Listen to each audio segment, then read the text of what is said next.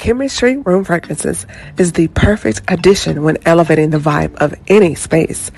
Whether if it's your home, car, or office, and something needs a quick refresh, our room fragrances provide that beautiful burst of fragrance with just one quick mist. Shop now at www.chemistryroomfragrances.com and be sure to follow us on Instagram at Chemistry Room Fragrances. Chemistry Room Fragrances. Smells so good.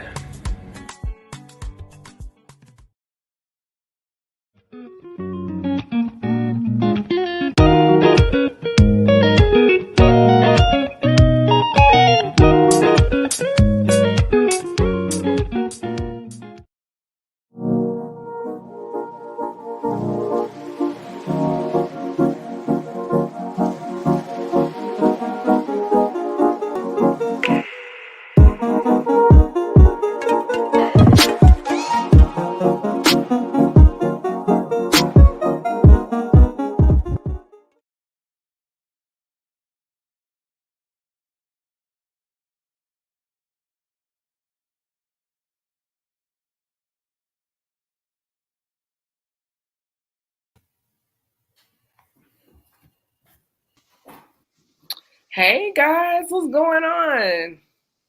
Hey. How's everyone doing? Good. I try to switch it up Good. and add a little music to the intro, to have the little vibe going or whatever. So I was like, I'm trying to do something different. So I hope you guys like the new intro. I like Absolutely. Thank you. Well, first of all, I do want to welcome everybody back. This is your girl, Camille Essick. I am the host of the Speaker Podcast. This is the podcast where innovators and creators connect. Be sure to hit that notification button and subscribe right now on my YouTube channel. I'm also on Instagram at Camille.Essick, and all of my merch is available on my website at chemistryroomfragrances.com.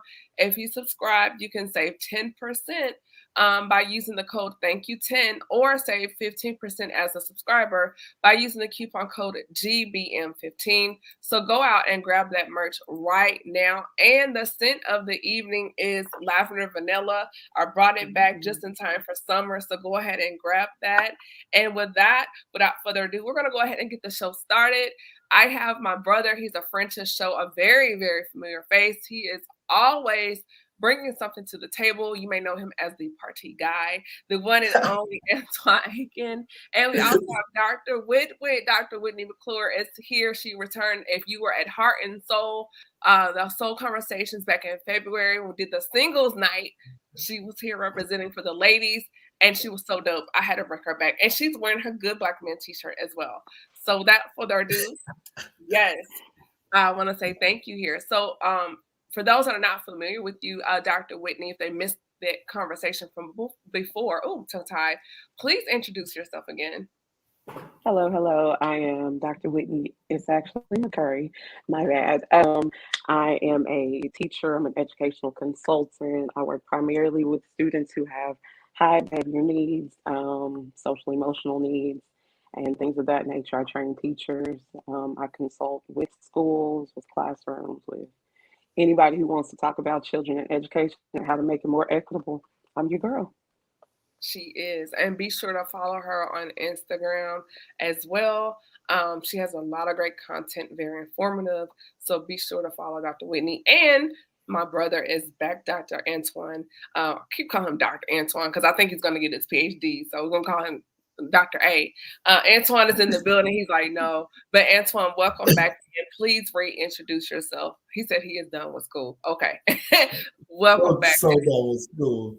I'm Antwan Aiken. I am a psychotherapist by profession, and I'm also an entrepreneur in the restaurant industry.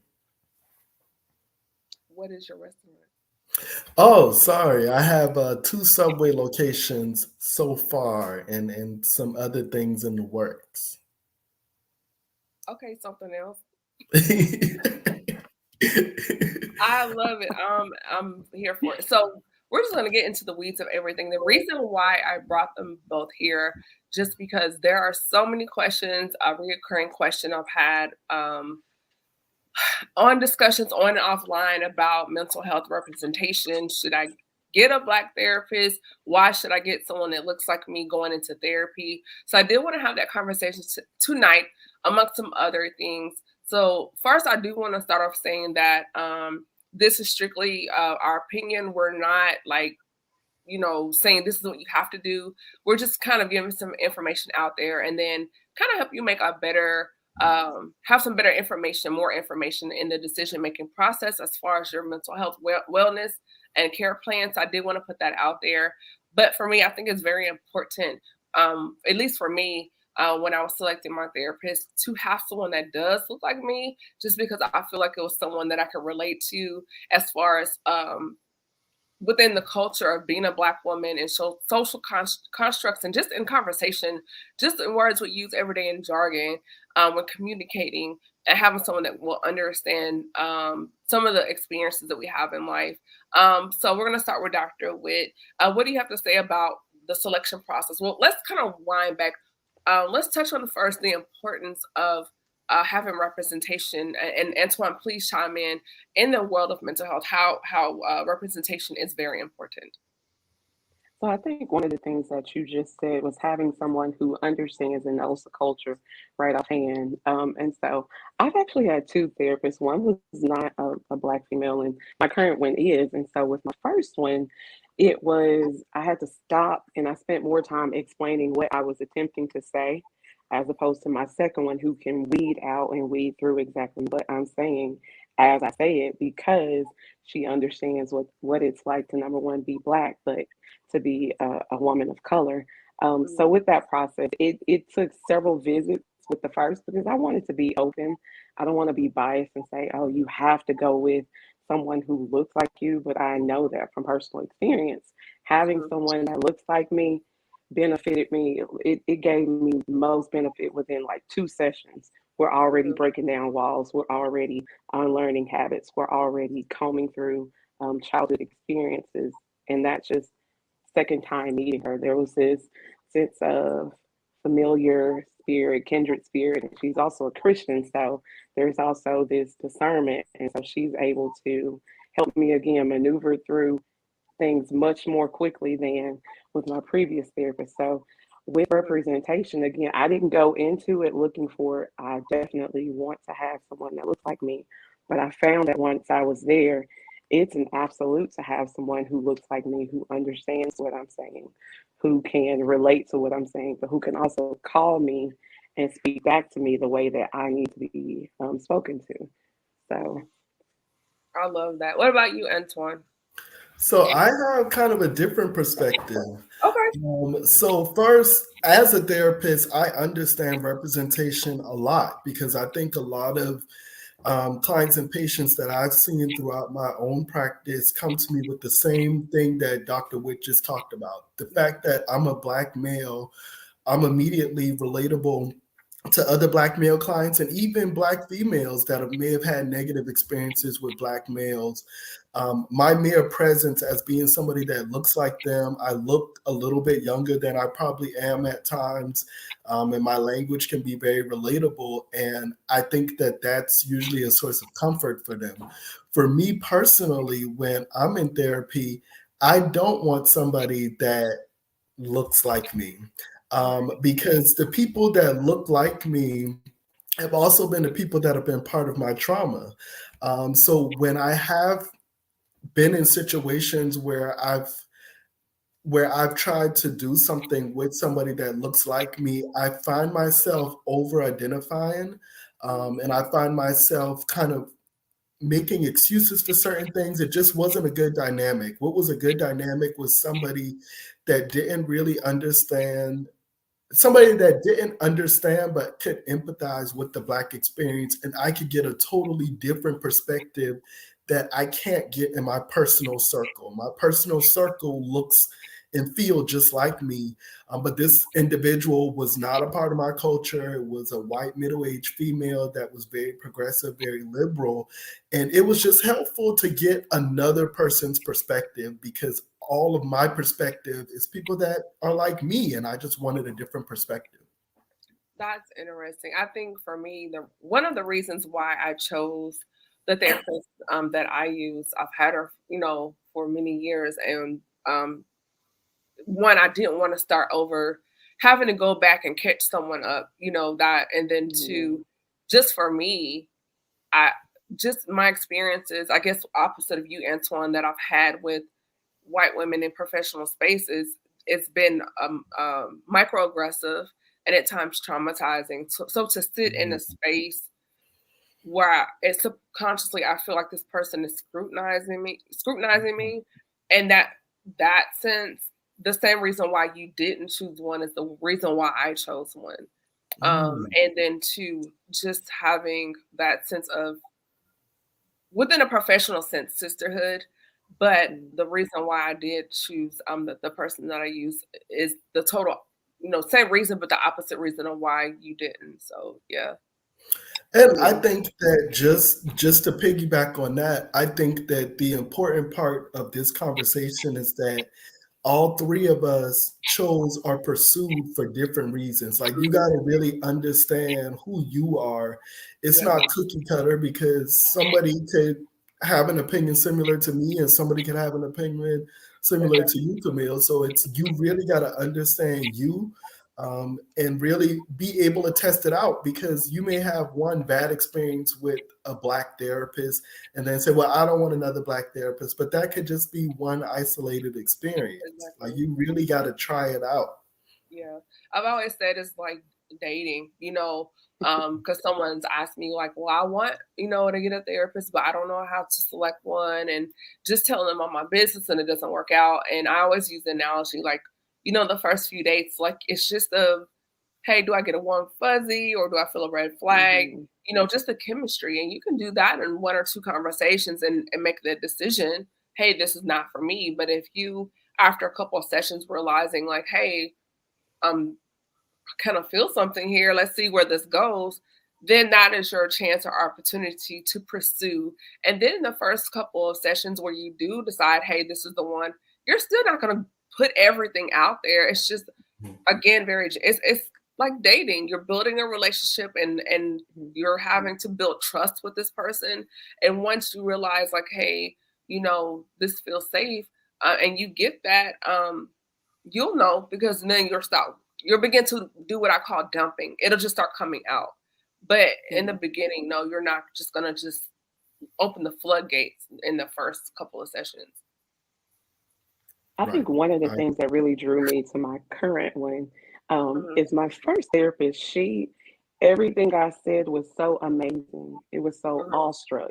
It could be that, oh, I graduated from high school. She's like, oh my gosh, I'm so proud of you. And I'm thinking to myself, because I'm a numbers girl, and I know I really literally have some odds against me. I know what they are, but it was, oh my gosh, you graduated. Oh my gosh, you did this. Oh my gosh. And I'm like, this is literally what the Lord and I, we discussed. So it's not anything this is basic to me. I'm like, this is basic. It's not even anything that's traumatic. Ma'am, you can't be in awe because I finished high school. Like, again, that's that's a given. That's the purpose of going. Yeah, and then going back to that, and I listened to D.L. Hughley a lot, and he said something before. He was like, he made the comment, he said the most dangerous place for a Black person to live is the imagination of a white person.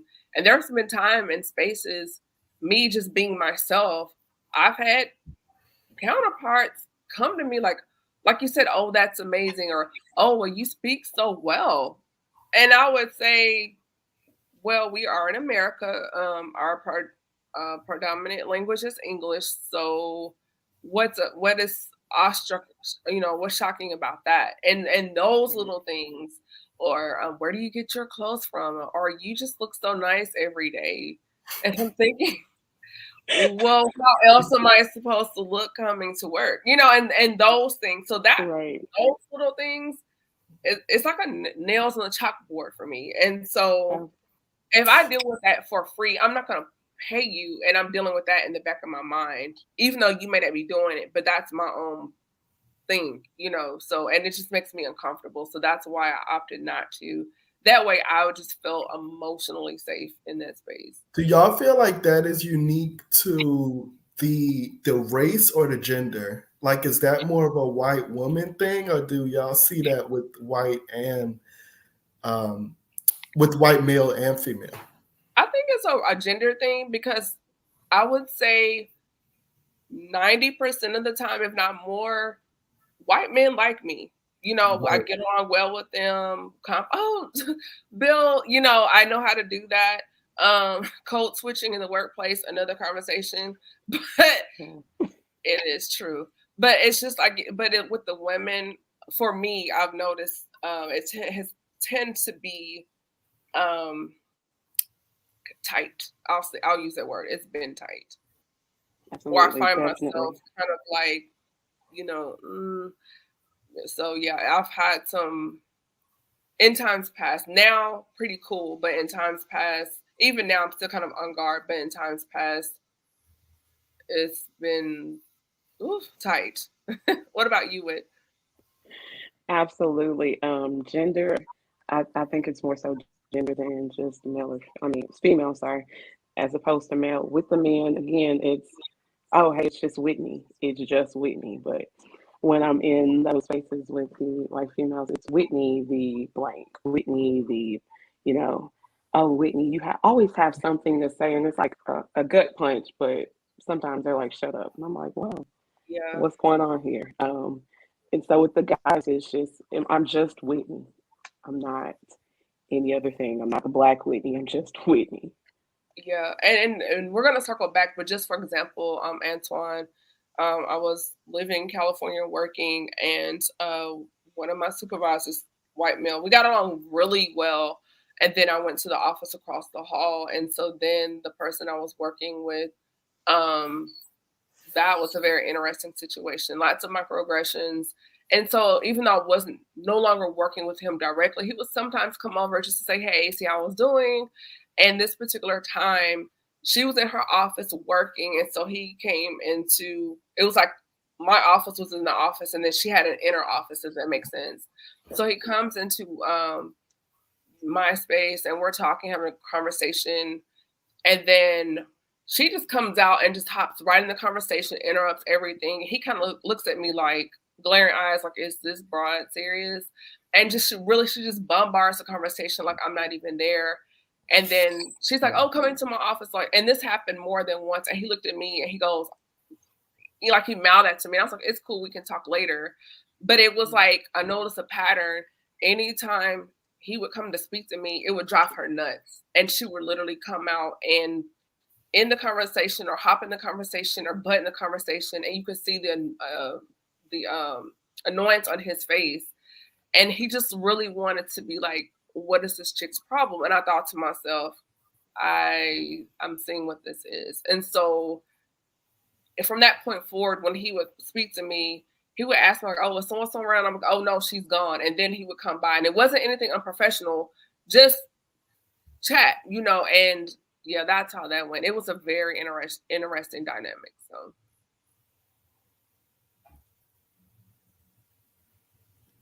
So moving right along, the awkward silence. Antwan, did you have anything on that? No, I didn't. Okay, wait. No, we're No. good. Okay, cool. We're Yeah. gonna move right along because that was awkward. So I do want to get into the navigation of mental health within the current social climate. We see so many things on the news right now, particularly the overturning of Roe v. Wade. We see, videos of Karens every day, in addition to just the day-to-day norms. So how do we as Black people, and Antwan, we've had conversations before about how Black men are misperceived and being labeled as showing up aggressively. And I do want to carry this conversation because now we're in a space where people online are just open about their feelings on both sides of the spectrum. So how do you guys feel like, how do we navigate this space as people of color when we see this stuff on social media like all the time, I think for me, one of the things that I have to do is I have to turn off my notifications. I have to turn like strictly everything off. Only pertinent, only relevant information. Especially like over the past weekend, I was in the mountains, so I didn't have a lot of reception anyways. But Mhm. to get the ruling, to see what people are saying, I immediately have to distance myself because I know that it sends me in a headspace that makes me want to act out of character. So for me, one of my things is I focus on the here and the now. Like, and I know like with anxiety, it goes through the roof for me personally. So I figure out what's going to be most important, and I focus on those things, and I slowly filter in the outside world. So for me, again, notifications on phone, all social media, it'll be whoever really needs to get in contact with me when those times come, like last week. They know how to reach me. They know where to find me. They can get into my house if need be. But for me, it's one of those things. What's most important for me? What's going to be best for my mental health? What's going to help me navigate the streets like right now? I want to be outside, but is it safe to be outside? How Yeah, can I be that's outside a good safely? point too. Yeah, that's a good point with the shootings we've had lately. Antwan, what about you? Because that also ties into the question I do want to ask as far as we've all experienced trauma, past, even right now, currently. How does that tie into our ability to make decisions and making decisions like where do we go to shop? Even past trauma as far as how do we date, and that's something I do want to get to. But what about you, Antoine, as far as navigating social media and just monitoring or managing mental health right now? I think that it's important to always keep into perspective that social media is a glimpse into real life. Mhm. And social media does not always represent what real life is to me. And I think that sometimes when we look at social media, we start seeing the experiences of other people and we feel like we need to take on those problems and take on those issues. And sometimes we can, but then other times we have to recognize that this is not my fight.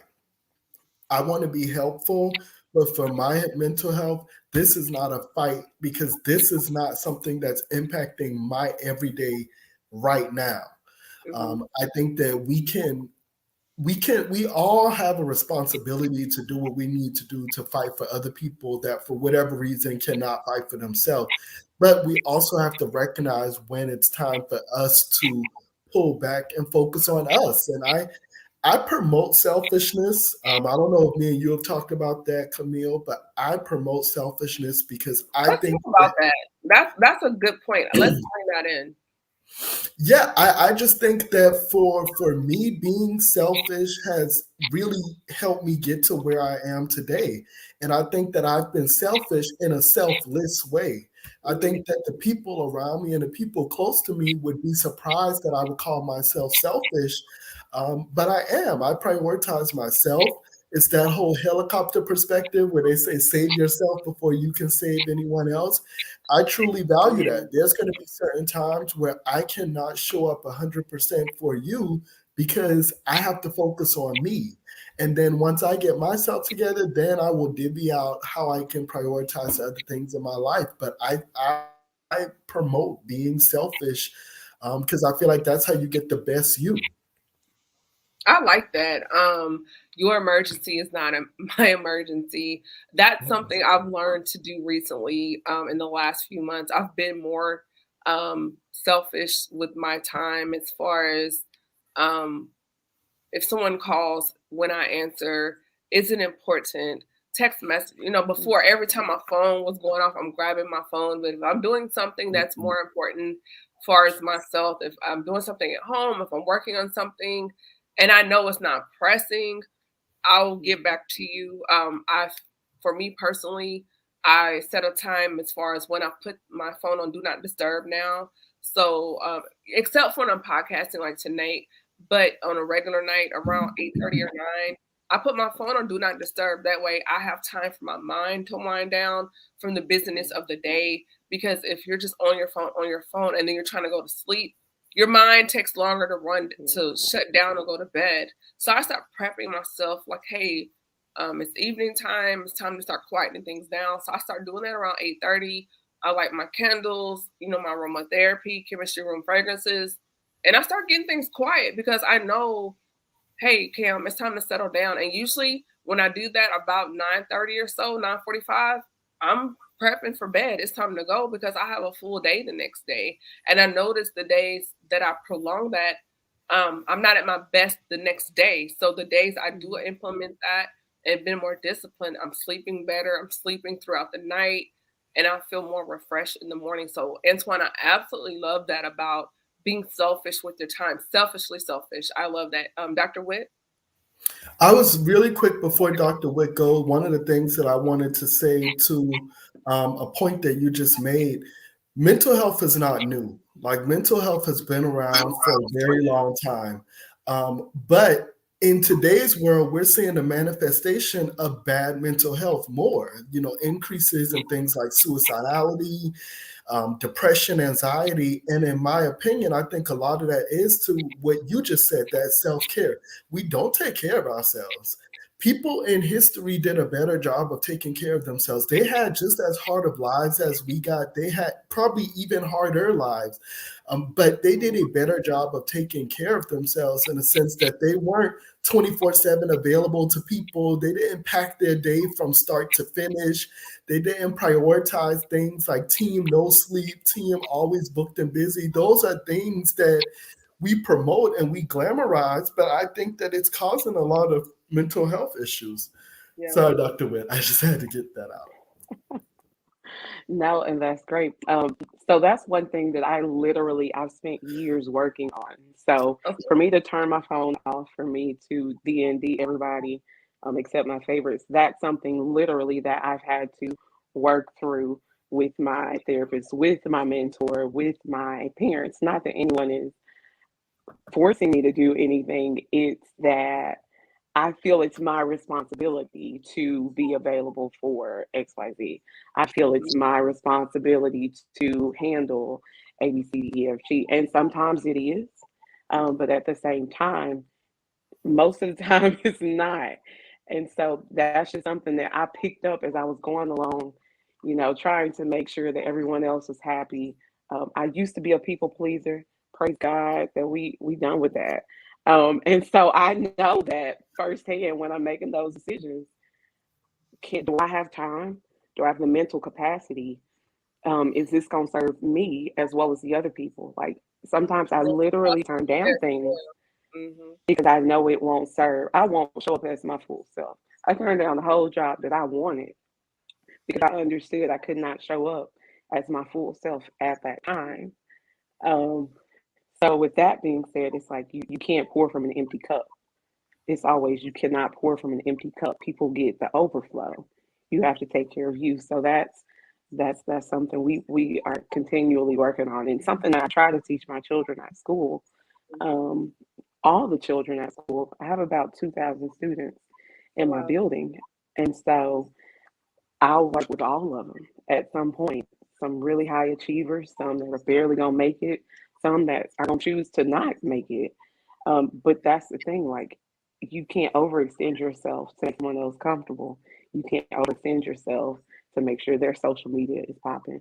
You can't overextend yourself, to make sure the TikToks are coming out in the right order. Those are just things that people want to do, and that's not a priority if it's not your priority. If it is, go on with it. If it's not, pull away and be fine with it. It's okay.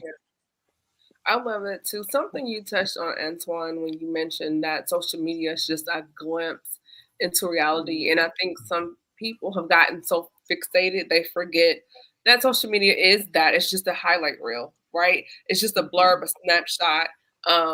We see someone post a picture from a photo shoot and they could have taken that picture 6 months ago. But we think it's right now, it's right then. And I've done it. Like I've taken a picture and then posted it 2 months later just to have fresh content because we don't waste our our shots, as Mark says, but in reality you don't know when that person took that picture. A few years ago there was a young lady, she got busted because she was doing these new reveals or makeovers. So, oh guys, look, I just redid my kitchen. Oh my guys, oh look, I made my living room over again, doing a new reveal. And I found out she was going to different IKEAs and taking photos at the display. Like I cannot make this up. IKEA Using is popping. IKEA, the displays and doing the coffee counter in the kitchen and And people are just, because all you need is a good iPhone. Who's gonna know, right? They'll never know. Right. They're not gonna know. Yeah, who's gonna know? And she was doing that, and so someone called her out on it. Just for example, Bow Wow, he was doing photo shoots like catching flights, not feelings, and finding out he was just renting someone's jet and taking pictures as if he was going somewhere in the planes on the tarmac. So we compare ourselves to people doing things, posting on social media like, oh my God, look at her Louis Vuitton bag. And it's probably a knockoff from Canal Street up in New York. I mean, just being honest. Yeah. And so it's like, it creates a stress, it creates a mania. It also creates a depression because now you're comparing your achievements, your life, or whatever you have going on to something that may not even be true at all.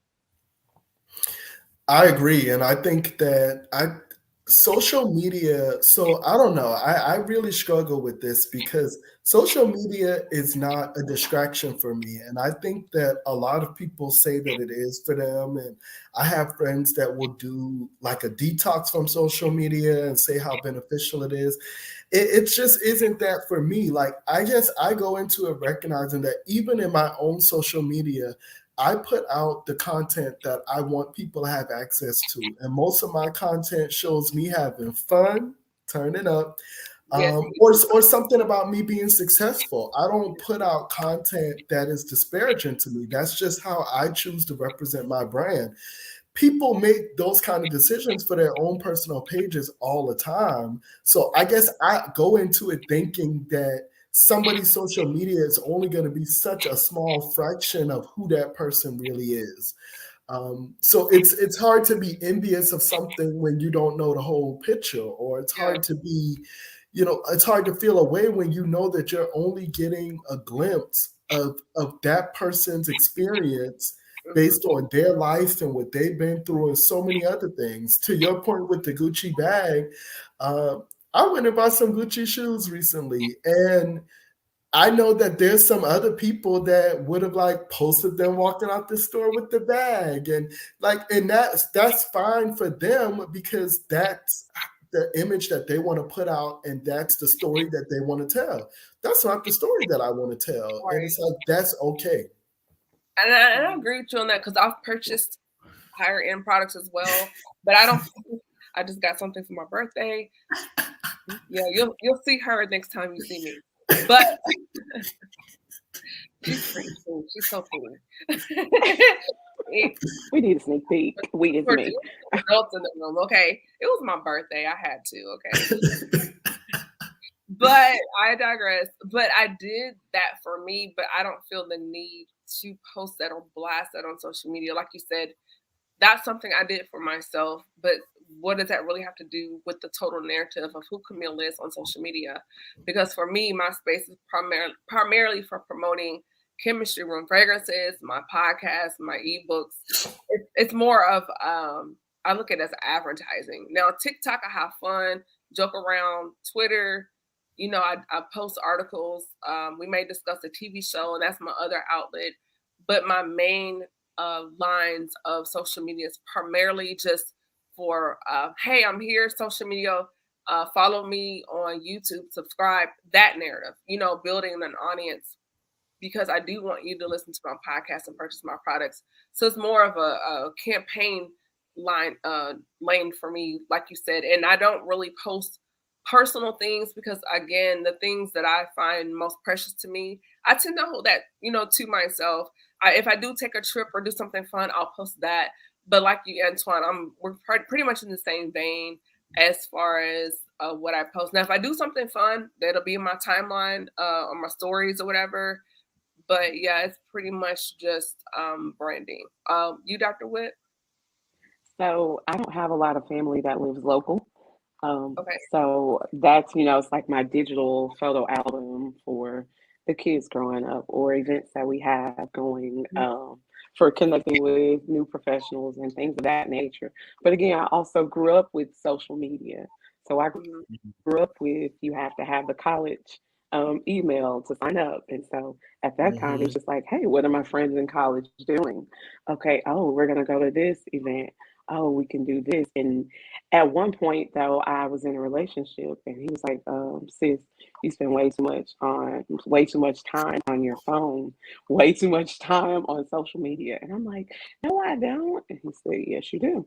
So I did a little research on myself, and I absolutely did. Like, it's like a mindless thing. It's just something to release my mind. So it's not that I'm necessarily comparing, but it's just like a release to see, oh, that's cute. Oh, what's the latest trend? Oh, I can style this way. And I can show my kids to those people who don't get to see them because, we're not walking around with photo albums saying, here, my babies, look at what we did. It's like, Yeah, hey, mom and dad, we did this. Let me tag you so you can see it. Hey, auntie, hey, let me show you this so you can make sure we get that gift to you on time, or so stuff like that. So at this point in my life, I think I do have a healthier balance. And I do set a timer on my phone so that when my time is Mhm. up, I devote about an hour and a half. And so when that time is up, I can make a choice to keep going, or I can just be done with it for the day because, that's I can good. stick to my boundary. Yeah, that's Yeah. good. I never thought about putting a timer in your phone when you're on there. That's a really good idea for someone if they're trying to scale back on the hours. I know I'm an Apple user and it has the weekly your screen time. Oh, Yeah. it's You so know, hard looking at it. It's so hard looking at it. I'm ashamed some days. mine is pretty good. It'll tell me like your time's decreased. Mhm. 12% or it's been up this week. And getting those notifications is like, ugh, where am I? But I think those are good to have. The timer ideal, I really like putting the timer. I think that's really cool. As far as my relationship with social media, I've been on both ends where it's just like that. And then now I'm in a space, once I realized, like, Cam, you have spent too much time on the phone. And now having those curfews just within myself saying, by a certain time, put my phone down in the morning. As far as when I answer a phone call or text, after 8:30, 9 o'clock, because in the morning, that's my devotion time where I'm listening to a sermon, whatever I'm doing in the morning to get myself spiritually prepared for the day. And so I know that I'm not going to call and text until after a certain time just because I need that time because I don't know what's going to happen when I walk out of the door. And so just to have Right. myself centered to deal with the day, that's just something that I do.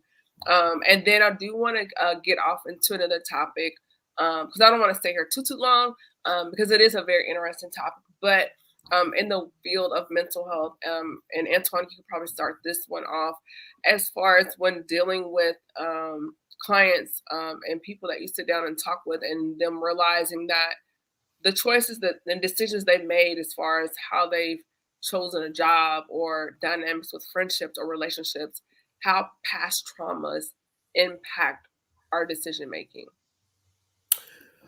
Yes, yes. So I definitely can speak to that. One of the things when I'm working with a lot of clients, I talk a lot about ownership and power. And I think that we have been socially conditioned to think that power is a bad thing. Like when we talk about power, we oftentimes will talk about it in a sense of like over abuse of power or using too much power. I talk about power in a sense that I think a lot of times we give power to people in situations that don't deserve as much power as we give them. So I talk a lot about power, and I talk about it from the perspective of you have control over your life. There's so many things in our life that we literally have control over, but we've been conditioned to think that we don't have control over these things. And a lot of times it is because of situations like past trauma. Past trauma will determine how we make certain choices because of other things that we've been through in the past, and now that's made us feel like I don't have options when you do have options. You have the option to do this, you have the option to do that. But because of our past trauma, we limit some of the options that we give ourselves. And it's funny that when I walk through that with clients and really walk through them, what does power mean to you? Like, what are the things that you feel like you have control over? Some of the things that people don't even realize that they're giving control to something or someone else, and they didn't even realize it. Wow. What about you, Dr. Witt?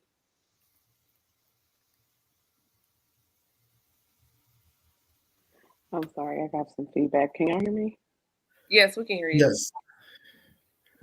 Okay. I got caught up on what does power mean to you, Antoine. So I'm coming back. I'm coming Uh-oh. back to that. I need. What? I think I That need was you good. to. I mean, he really, every time he comes on here, he drops the mic, and I'm just like, did he just really just say that? Like, wow. Camille, you even know, just growing up in the church, like so many of those decisions, and I'm a PK, Me too. we did and didn't do things because we weren't told that we could or couldn't do them. There was a lot of power that we gave up. So that manifest in adulthood, decisions that we like, no, Now, I see, we actually don't open up have to do Pandora's this. box. Let's go. We're like, I actually don't have to do this. Like, if I don't want to do this, and if I feel like doing this thing does not serve me anymore, I actually don't have to do this. And that can be such a releasing experience when you realize all of the stuff that you don't have to do because it's like, I'm in control. I have the power. If I don't want to do it, I don't have to do it. There's nothing forcing me to do that other than me having convinced myself this is what I have to do. Oh Antoine. my God. Antoine, Antoine. this is why you're here. This is why you're God. come on, sis. Come on. 'Cause he just First of ripped the all, band off. Let's go. Let's go. Antoine, I want to stay on topic, but I forgot my response because I'm down the street around the corner. You need to cash app him on offering because that was my whole point. Look, you have a choice. Mm-hmm. All right. Somebody remind me of the original question. So okay, let's break it down because he just changed the whole narrative for my last. Okay, so the initial point was past traumas, how it impacts your decision making. We're gonna start there, then we're gonna go skip on to that next bomb he dropped on us. Um, so past decision making and how does it impact? I mean, past Past traumas. How does traumas it and impact? impacting in Yes. decision making. Yes. Whew. So again, I'm gonna jump into the education field because that's my bag. Um, we will have students walk into classrooms, we'll have teachers walk into classrooms, and they've had a particular experience because they are pick your poison, because they're male, because they're female, because they're Asian, black, white, whatever. And so when they get to that classroom, they have already predetermined what their experience is going to be in that classroom. So oftentimes I'll have to literally walk through that past trauma. And again, I'm not a counselor. I'm not a therapist. I'm not a mental health professional, medical professional. I don't diagnose, but I Mhm. sit with those kids and I go through exactly what they think is about to happen. And we dissect why they think that is about to happen. But the flip side of that is that's not what has to happen.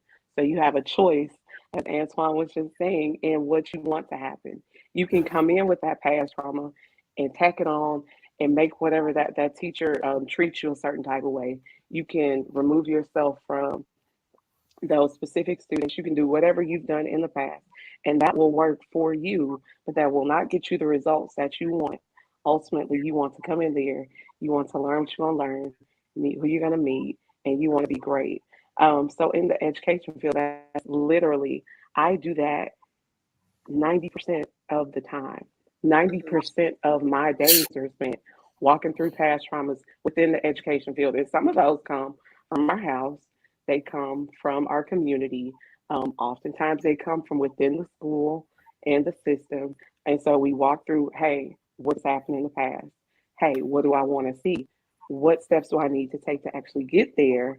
And how can I leave this trauma, or how can I have that trauma and then not lead my entire decision as I get into the classroom? What can I say? What can I do?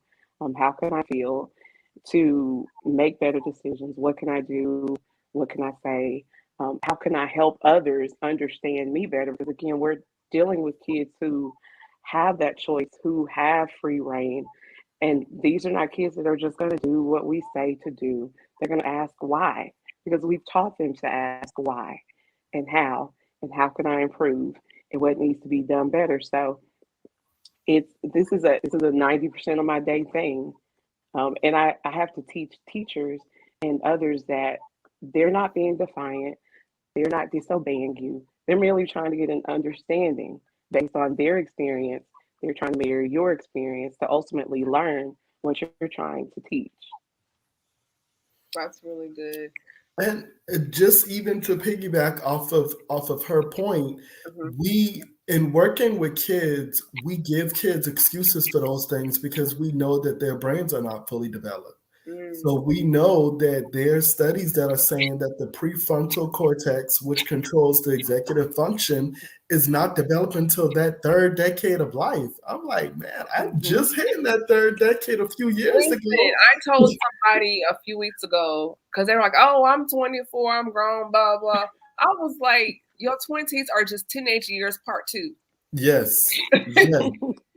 So we give kids grace, but once we become adults, we don't really give adults a lot of grace. It's time to turn that trauma into something more positive or into something else. Because as an adult, we don't care about what you've been through. We are expecting you to perform just like everybody At else. an optimal level. But my thing is, what if the trauma continued into your 20s and 30s and you're just beginning to work out of that because maybe you got married at the age of 25 and you were in an abusive relationship or something traumatic happened at 30. You know, you're not going to just switch off and be trauma free at 37 or 30, you know. So like you're saying, I do get that, and there's a love of grace.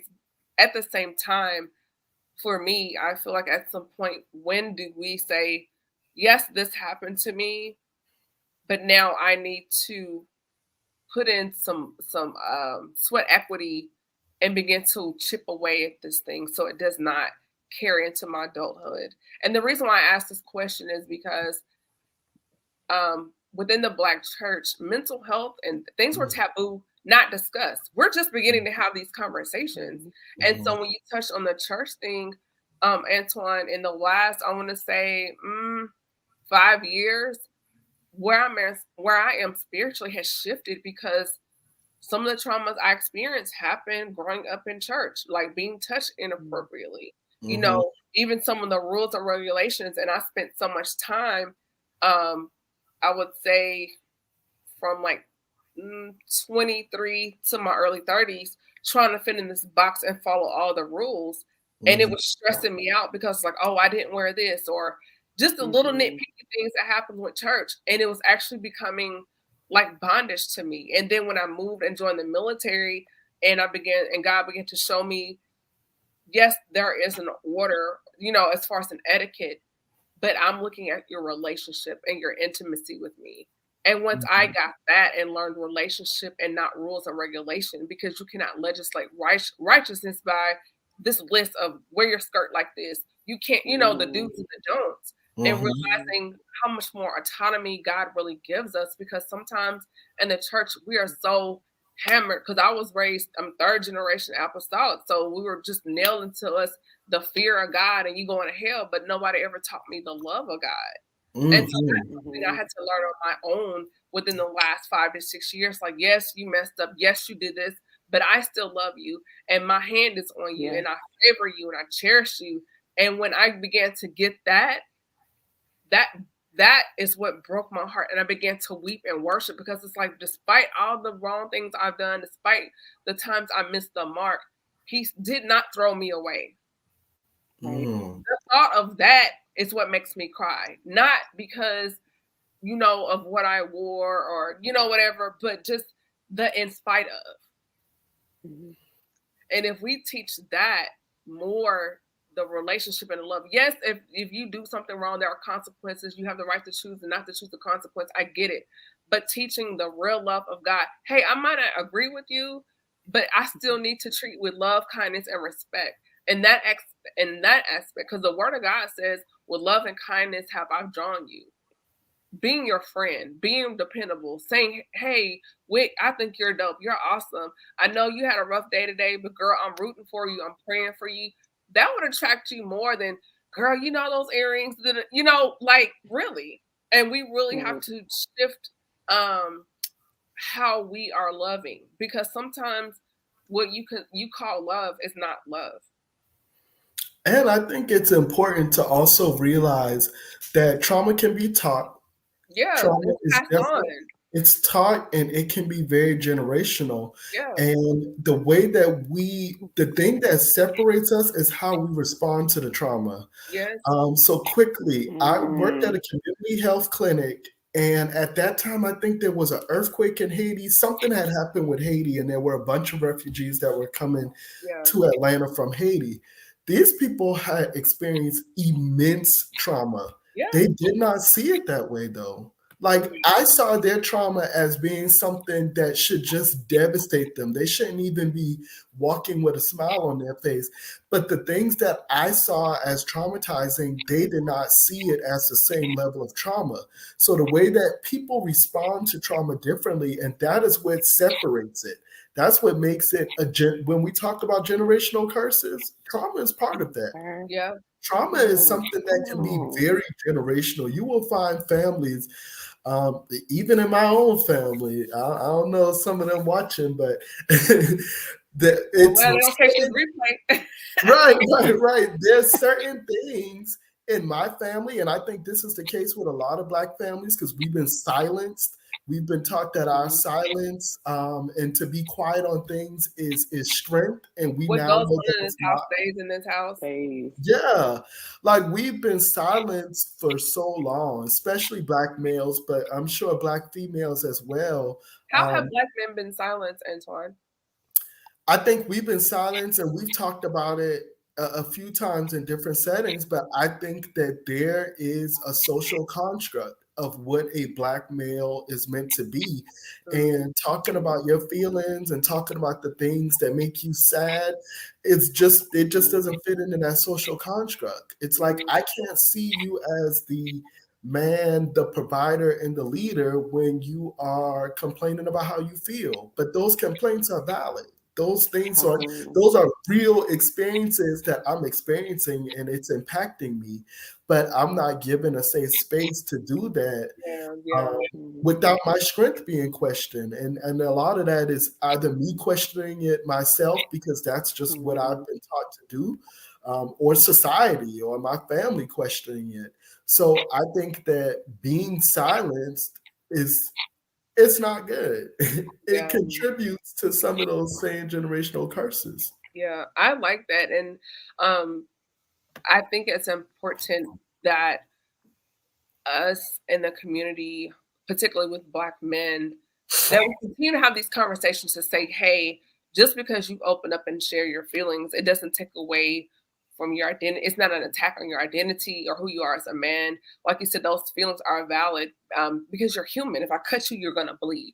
And so Mhm. I think it's mm, unfair for women to, we have so many sister circles, table talks and views and all the beauty shop, the salon, and the nail shop. We have so many places to talk, but then men, and that's one of the reasons why, with the speaker podcast, opening the door for Black men to be here and to discuss and share their feelings, to express. Antwan, you've always been very vocal every time you come on here, and I wanted to openly say thank you for that, because I think you showing up and representing the way you do shows, hey, I can do this, and I'm still just as successful. I'm just as a man as I was before we had this conversation.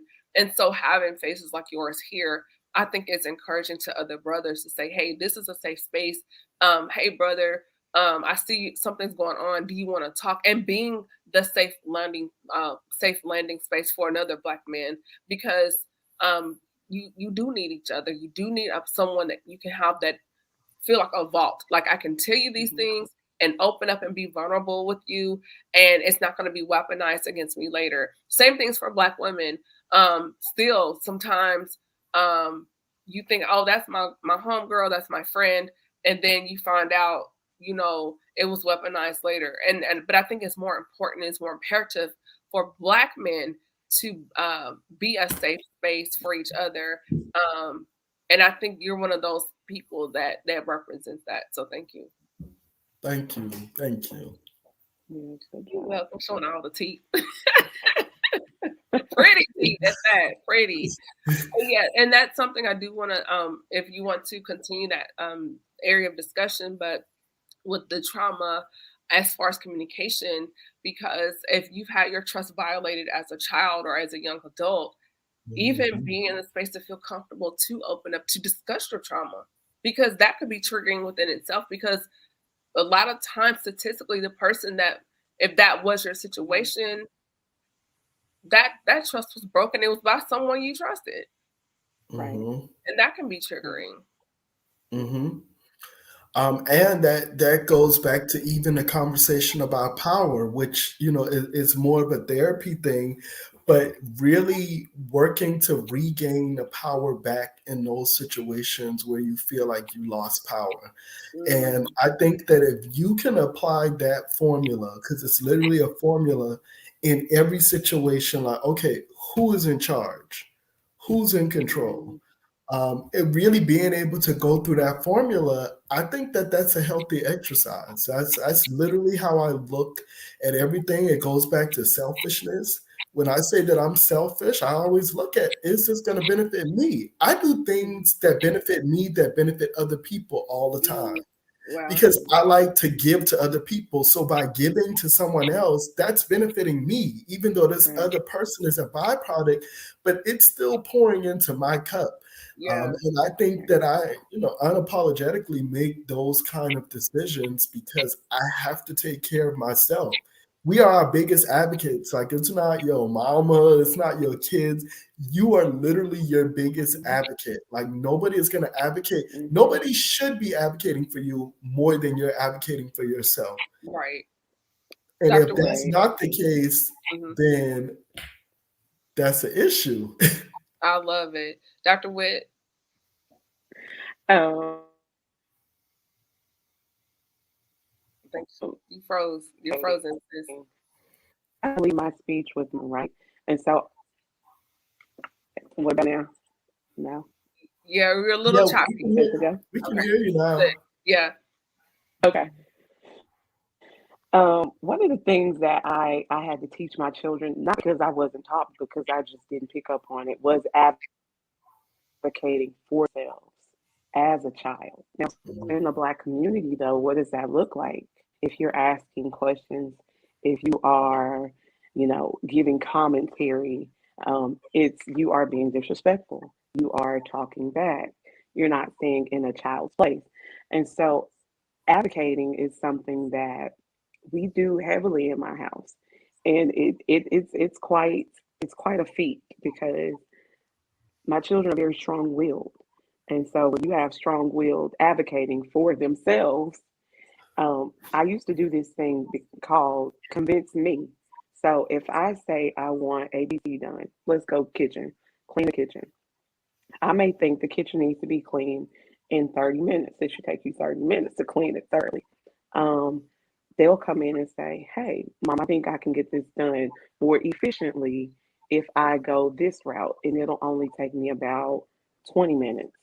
What do you think if I try this? Now, Diane and William would not have gone for that. If they say it's going to take 30 minutes, it's going to take 30 minutes. And that's what you're going to do. Whitney, I like to practice. Okay, let's see what you're doing. Let's research it. Is it going to be effective for you? Is it going to give me the results that I want? Okay, if it does, I love it. Let's go with it. And so I teach them to do that when they go out into public spaces. But it's not always received because, again, they're very strong willed. They're going to say it with a straight face, a little emotion, because not everything deserves a big emotional reaction. It's just, hey, I think we should try it this way. Hey, let's do this instead of this, to adults. So advocating, accountability, all of that, something that we push heavily. Sometimes it works. Sometimes, I go full mama bear and I push them to the side and I advocate for them. But that's one thing that I really appreciate, one thing that I really try to do heavily in all spaces. So was that a Wow. question for me? I guess, Was I that mean, a anyone general says, question? do you feel this generation is too emotional? There is a lot of sensationalism. I think Hmm. this generation's very passionate when warranted. I think sometimes I have noticed on social media there is a lot of hypersensitivity when something is maybe just here and then it's taken all the way to the upper echelon of sensationalism. So, what do you guys think about that in terms of the emotionalism of this generation and how that ties into everything we've been talking about? Yes. I think they have more. Yes. I don't Go. I don't like how I like to be real and I like to have honest conversation. And I feel like in this current space that we're in, we can't do as much of that. Right, That in certain spaces that you're in, you have to really dance around certain topics because you don't want to offend anybody, right. or you don't want to use the Yes. wrong words. And I don't like that. Like I like when we were able just to say how we feel. Um, and of course that had its issues. So that wasn't always the best thing. But I do feel like by doing that, we were able to get to the bottom of things a little bit better. Like now it's just if I'm not in my safe space with my circle, I may not share certain things. I may not Right. share in the same way because I don't want to come across negatively. Hmm. Right. And Dr. so Witt? I think we have a lot of options and we have a lot of layers and we have a lot Mhm. of opinions. And so it does tend to make them a bit more emotional. But again, we're coming from people who were taught to suppress. So as we suppress a Mhm. lot of things, these people have the option to not do that. So for us, it's like, oh, you're blowing that way out of proportion. But for them, it is a big matter because we've taught them that it's okay to make those little things a big thing. Mhm. Something I think Antoine brought it up as far as previous generations and kind of touching on what you said, Dr. Witt. And it's like this generation, our generation's the first generation being allowed to explore healing and even pursue that because the generations before us were too busy fighting off the Klan, Jim Crow, getting on the bus. And here we are. Hmm. Um, yes, we are dealing with other things in our society, but, if we decided to get on the airplane, we don't have to sit in the back. We can sit in first class. So just some other social pressures and choices that were not necessarily a day-to-day decision, like water fountains and things like that. We don't deal with that. So because that is not on us directly, we do have the option to have these conversations and discuss trauma. If it's growing up in church and dealing with that trauma, talking about, reclaiming our power, walking in our power, using our voices, being, as you, Antoine, a Black man, being able to express his feelings. Like, you couldn't, who was doing that 20 years ago? You know, Mhm. it was just, you go to work, make sure that, your family has something to eat, you keep the lights on, and you watch the news, you fell asleep in the chair. And so Hmm. now that we can have these conversations, not only just between women, but now bringing Black men into the conversation and saying, hey, my brother, how do you feel about that? What do you think about that? How are you doing today? Like, that's Hmm. unheard of, from the previous generation. Yeah, I completely agree. And I think that it's a good thing. I think that our generation has been very disruptive Hmm. in a lot of different ways. Um, I try not to, although I don't know if it comes across this way, I try not to talk too negatively about the generation before us because they did their job, just like Oh, you yeah. said. Right. They had a different Right. fight, and their fight is different than our fight. We're not fighting to your point, to sit in a certain part of the bus.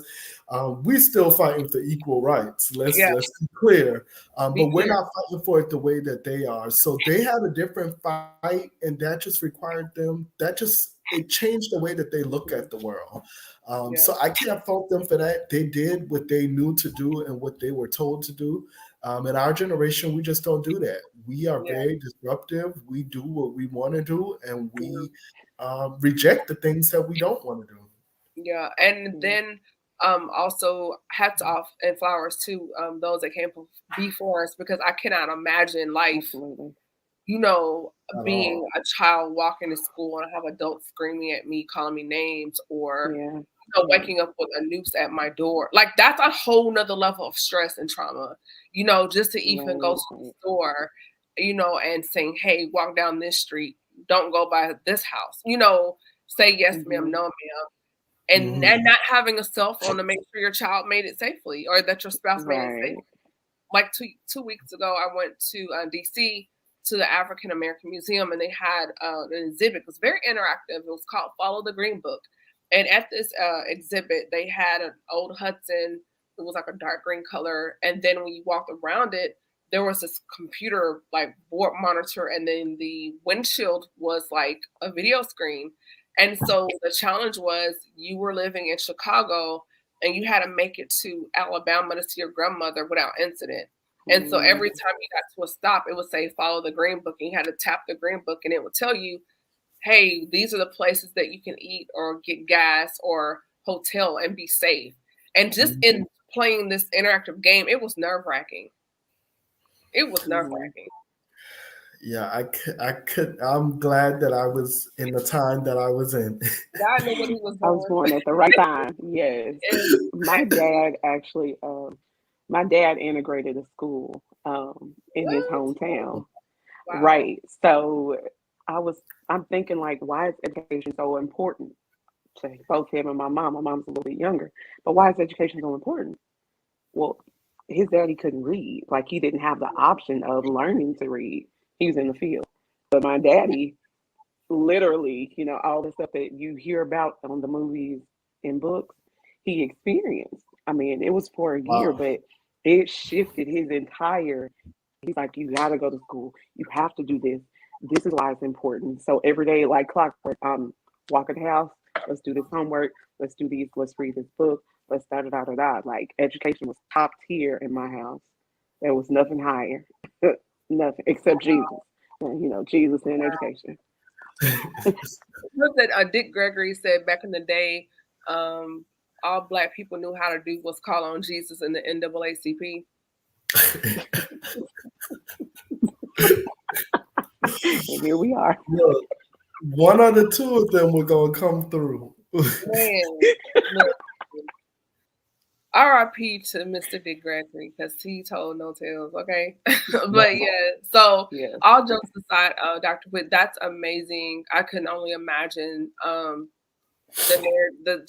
tales, the stories, reflections your father could tell if we were to sit down and talk to him. That's I can't even imagine because we think about our grandparents maybe, but not our parents. So that's dope right there. Shout out to your dad. And before we wrap things up, because we are at the hour mark, did either one of you want to leave a jewel or nugget before we all come back for another conversation? I'll go. I think a healthy exercise that I always tell clients to do, and this is something that I do. Our priorities in life change. So what is my priority now may be different than what was a priority a year from now. So I think that's something that's important to do is to just kind of write down what you did for the day for several days in a row. And then once you get to the end of that week, really look at that list and evaluate, okay, what are my priorities now? And if I'm saying that my priority is one thing, but I'm spending all of my time doing another thing, how do I reconcile that? I think that's a very healthy exercise. When I do it myself, it's always amazing that I will say, these are my priorities, but then I realize that my time is not matching up with my priorities. That goes into what we were talking about in terms of social media. That goes into what we were talking about in terms of power. Yeah. So I think that that's a healthy exercise that I would encourage anybody to do just to see what you come up with. I think you would really shock yourself. That's really good. And also, before we go to Dr. Witt, Antwan, did you have any products or things you wanted to plug, events, and then also where can people find you on social media? Yes, people can find me on social media. My personal social media is AG Aiken. I also have a nonprofit foundation, the Aiken Foundation, that I really think I'm going to start doing some more mental health stuff with because it doesn't make sense for me to have this gift that I feel is a gift from God and not really give it to people in a different way outside of clinical setting. So Yeah, I think with you that would be a very nice direction because we do need more brothers in this space to speak up. Because you are a good black man. Because all of them are not bad. Y'all exist. Y'all are out there. Y'all go get that for sure. And if you have an event or something, let me know. I'll scoot on down to yes, kind of 85 South. Y'all know me. I'll come to Atlanta in a minute. So you will. you know, I support my people in the A. I'm like a honorary resident of Atlanta. You are. You will come in a second. Part B. All right, Dr. Witt. Takeaways, and then where can people find you on social media? Is she frozen? I think so. Oh yeah, looks like she is. Frozen chosen. All right. Hopefully she'll come back around. If she has not, please follow Dr. Witt. She is on Instagram. You can follow her right there. There's her handle at Dr. Spell out the word Dr. Witt, the letter M. I think she is back. Let's see what happens. Hopefully she's working. Hey.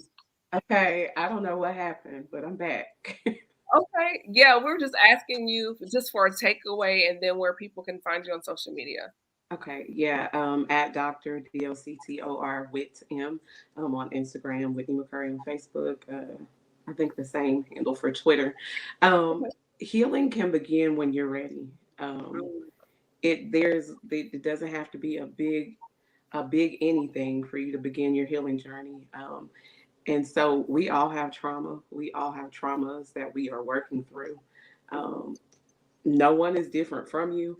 It's not you alone, it's you also. So when you're ready to begin, go for it. Take the first step. Find your therapist. You know, if you don't have insurance, find someone who accepts a sliding scale or someone.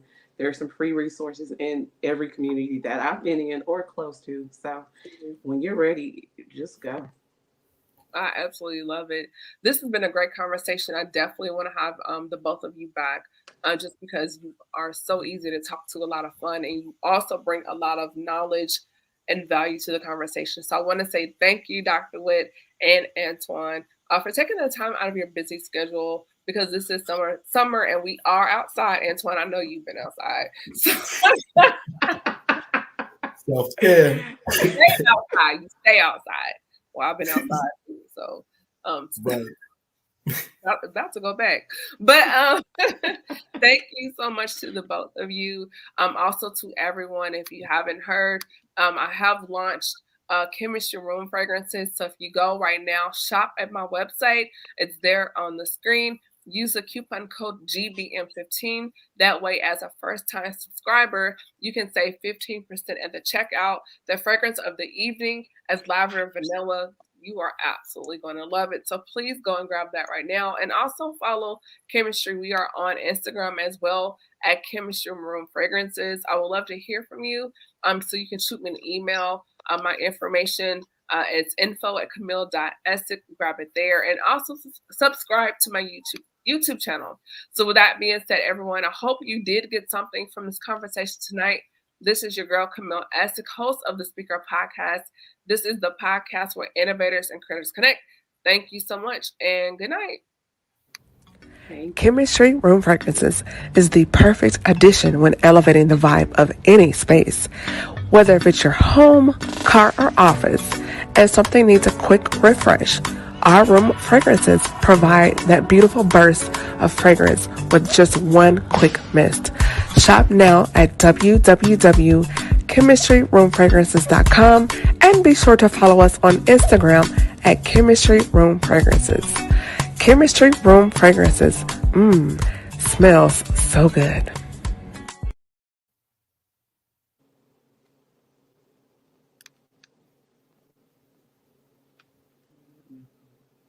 Mhm.